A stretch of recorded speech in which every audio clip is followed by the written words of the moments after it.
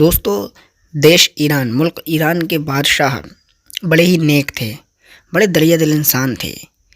وہ لوگوں کی خوب مدد کیا کرتے تھے، نیک انسان تھے۔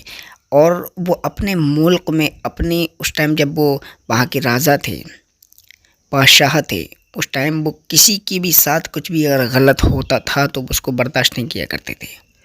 وہ کتنا بھی چھوٹا انسان ہو، کتنا بھی غلط انسان ہو، کچھ بھی ہو، وہ سب کے ساتھ صحیح فیصلہ کرتے تھے اور وہ سب کی مدد کیا کرتے تھے۔ ایک دن وہ رات کو سوئے تو تہجد کے وقت ان کی اچانک سے آنکھ کھل گئی۔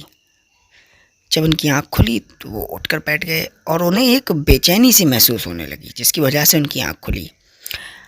اب وہ سوچنے لگے کہ یا اللہ تبارک و تعالی، یہ بے چینی مجھے کیوں ہو رہی ہے؟ انہوں نے سوچا کہ تہجد ادا کروں، وضو کر کے تہجد ادا کی، تہجد کی نماز ادا کی، اس کے بعد بھی وہ بے چینی کم نہ ہوئی۔ وہ سوچنے لگے یہ بے چینی آخر کیوں اللہ تعالیٰ؟ یا اللہ، تیرا کوئی بندہ پریشانی میں ہے کیا، جس کی جو میری نظر سے اوجھل ہے، جس کو میں دیکھ نہیں پا رہا ہوں؟ اس نے بادشاہ نے فوراً ہی ایک اپنے نوکر کو ساتھ لیا، خادم کو ساتھ لیا اور عراق کی ساری گلیوں میں گھومنے لگا کہ شاید کوئی بندہ پریشان ہے جس کی وجہ سے مجھے یہ گھٹن سی ہو رہی ہے۔ ایران کی ایک ایک گلی اس نے ڈھونڈی، ایک ایک گلی میں دیکھا جا کر کے۔ کافی رات گزر گئی، ڈھونڈتا رہا، لیکن کوئی ایسا شخص نظر نہیں آیا جس کے ساتھ کچھ غلط ہو رہا ہو۔ یہ دونوں لوگ پھر محل آ گئے اور اس کے بعد بھی اس بادشاہ کی بے چینی کم نہ ہوئی۔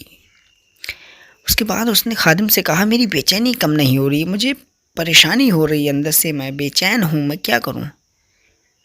چلو ایک بار پھر سے جا کر دیکھتے ہیں گلیوں میں، میرا دل مان نہیں رہا ہے، کسی کے ساتھ کچھ نہ کچھ غلط تو ضرور ہو رہا ہے۔ اس کے بعد یہ لوگ پھر فجر کا وقت ہو گیا، فجر کے وقت نکلے۔ یہ ایک گلی میں گئے تو ایک گلی میں ایک انگور کی بیل تھی، اس پر انگور لگے ہوئے تھے اور اس انگور کے نیچے ایک آدمی پڑا ہوا تھا۔ یہ بادشاہ فوراً اس کے پاس بھاگ کر گیا، ہو نہ ہو اس کے ساتھ ہی کچھ نہ کچھ غلط ہو رہا ہے۔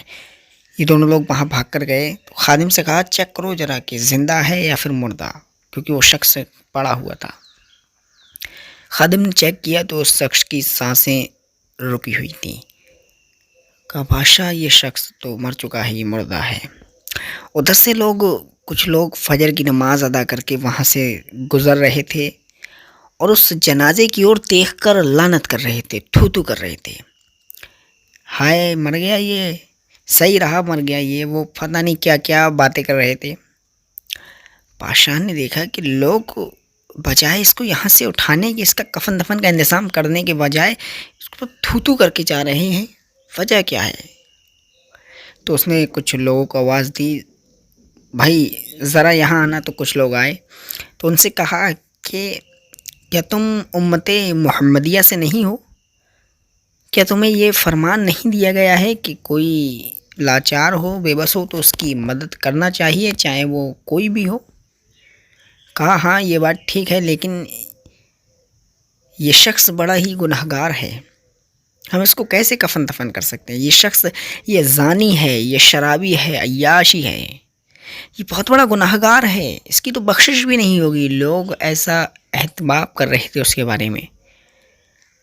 جب میرا اللہ تبارک و تعالی اس کی اعمال کو چھپائے ہوئے ہے تو تم کون ہوتے ہو فیصلہ کرنے والے کہ یہ شخص گنہگار ہے، اس کی تو بخشش نہیں ہوگی؟ بادشاہ نے کہا کہ کتنا بھی گنہگار صحیح، پھر بھی ہم اسے کفن دفن کریں گے، اس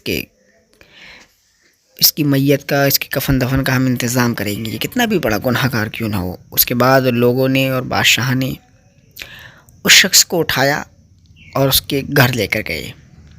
جب اس کے گھر لے کر گئے تو اس کی بیوی نے جب اپنے شوہر کو مردہ دیکھا تو وہ رونے لگی، گڑگڑانے لگی، بہت رو رہی تھی۔ تو لوگوں نے جب دیکھا کہ اس کی بیوی گڑگڑا رہی، بہت رو رہی ہے، تو باتیں کرنے لگے کہ ایسا زانی شوہر مر گیا، اس کے رونے پہ، اس کے جانے پہ اتنا رو رہی ہے۔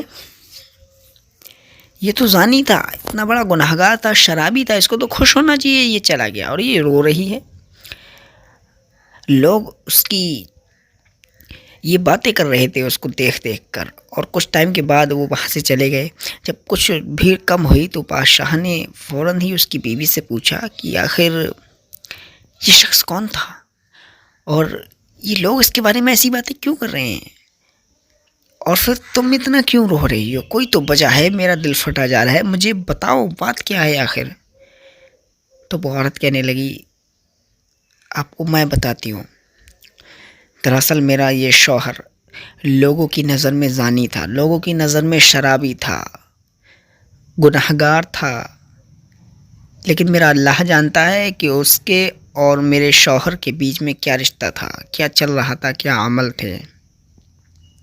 میرا شوہر زانی نہیں تھا، گنہگار نہیں تھا، شرابی نہیں تھا۔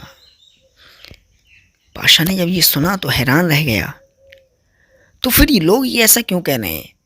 تو اس کی بیوی نے بتایا کہ دراصل وہ روز کوٹھے پر جایا تو کرتا تھا، لیکن وہ اس لیے جایا کرتا تھا کہ جو زانی عورتیں غیر لوگوں کے ساتھ ہم بستری کرتی ہیں، زنا کرتی ہیں، ان کو روک سکے۔ وہ جتنا پیسہ ایک رات کا کسی کے ساتھ سونے کے لیے لیتی ہیں، وہ ان کو اتنا پیسہ دیتا اور اس کے بعد ان کو منع کرتا کہ آج کے لیے بس میں تمہیں رقم پوری دے رہا ہوں، بس آج کے لیے تم مان جاؤ، زنا مت کرو۔ اور اس کے بعد اس کو پوری رقم دیتا، اور اس کے بعد صرف ایک دن کے لیے وہ عورت کم سے کم تو مان جاتی اور زنا نہ کرتی، تو وہ بہت خوش ہوتا کہ یا اللہ، میں نے آج اتنا بڑا گناہ کرنے سے ایک عورت کو روک لیا۔ اس کے بعد اس نے بتایا کہ وہ شراب خانے تو جایا کرتا تھا، شراب بھی لیتا تھا، لوگوں کو لگتا تھا کہ وہ شراب خوب پیتا ہے، خوب لیتا ہے، لیکن دراصل وہ شراب لے کر گھر پر آتا تھا، اور اس کے بعد جتنی ہو سکے اتنی شراب خرید کر لاتا تھا، اور اس کے بعد گھر پر لا کر اس کو نالیوں میں بہا دیا کرتا تھا۔ کیوں بہاتا تھا؟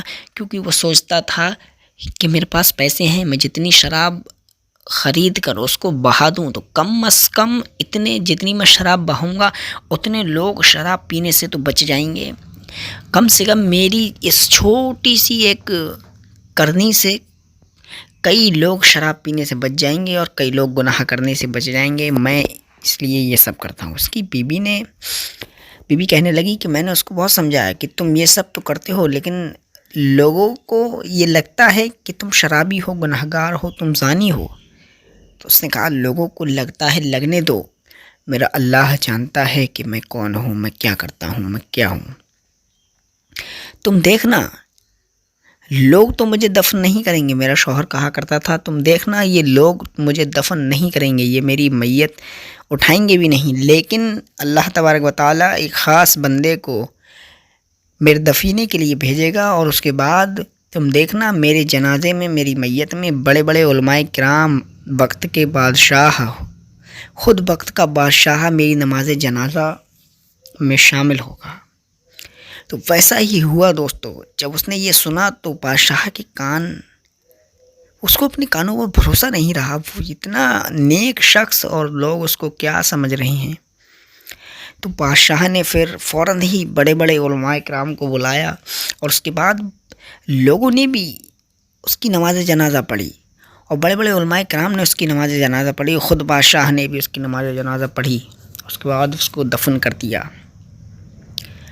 دوستو، ہر وہ غلط کام کرنے والا، ہر وہ حرام کام کرنے والا، بھلے ہی کوئی بھی انسان، چاہے وہ بدبخت ہو چاہے بخت ہو، کتنا بھی بڑا گنہگار ہو تمہاری نظروں میں، لیکن تم اس کو گنہگار نہیں کہہ سکتے۔ دوستو، امید کرتا ہوں آپ کی بات سمجھ میں آ رہی ہے۔ کتنا بھی بڑا گنہگار ہو لیکن تم اس کو کافر نہیں کہہ سکتے۔ کیوں؟ کیونکہ اللہ تبارک و تعالیٰ نے توبہ کے دروازے کھول رکھے ہیں۔ کوئی بھی شخص کتنا بھی بڑا گنہگار کیوں نہ ہو، اگر وہ اللہ کی بارگاہ میں سچے دل سے ایک بار توبہ کر لے تو میرا اللہ اس کو اس طریقے سے معاف کر دیا کرتا ہے جیسے کہ وہ ابھی ابھی اپنی ماں کے پیٹ سے آیا ہے، جس نے کوئی گناہ کیا ہی نہیں، بس اس کو اپنے گناہوں پر شرمندگی ہو جائے، پچھتاوا ہو جائے۔